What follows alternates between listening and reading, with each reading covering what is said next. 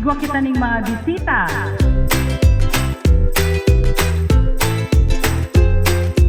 Kamu igwa kamo ning saro na algaw na para sa inyo talaga. Palakpakan kita!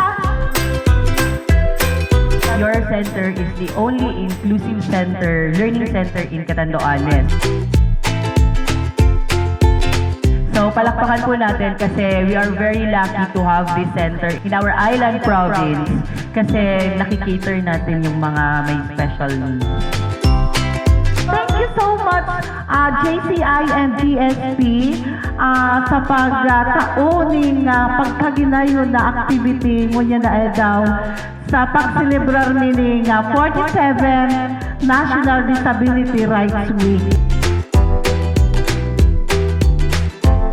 Aside sa maog makitang ngunyan, gusto ning mga titas pati ning mga ates ng JCI na matanuman kita.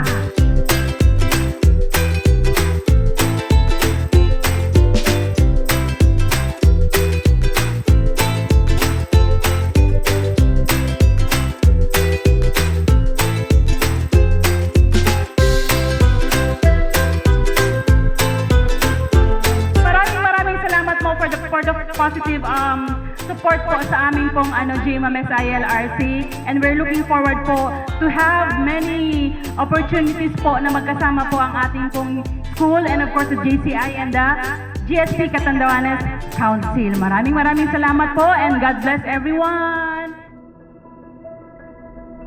Thank you for making us part of this wonderful initiative.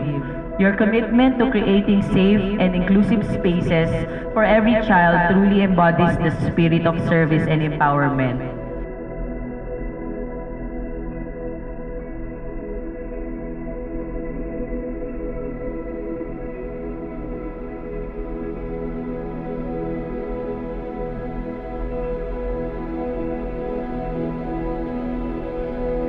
Give me the joy of your help, that I might have the courage, strength, and grace to meet life's challenges.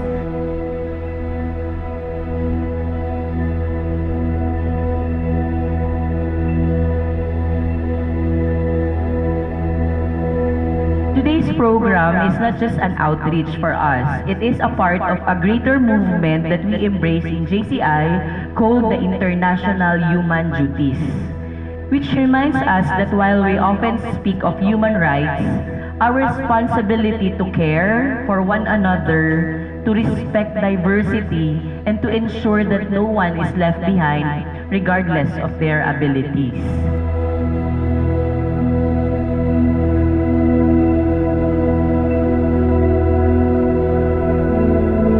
We often hear sa news, sa mga lawyers, human rights, karapatan ko to.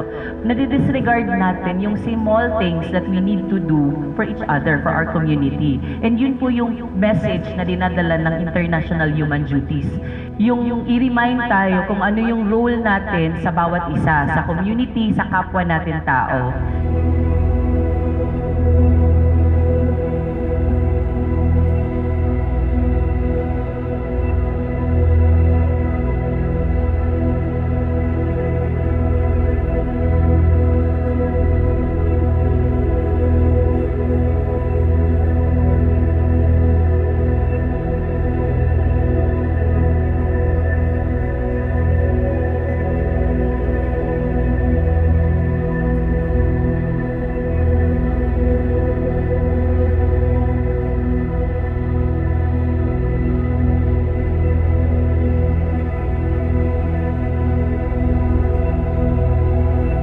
So let us remember that celebrating the National Disability Rights Week is not only about raising awareness, but also about committing to a future where inclusion is not an exception, but a norm.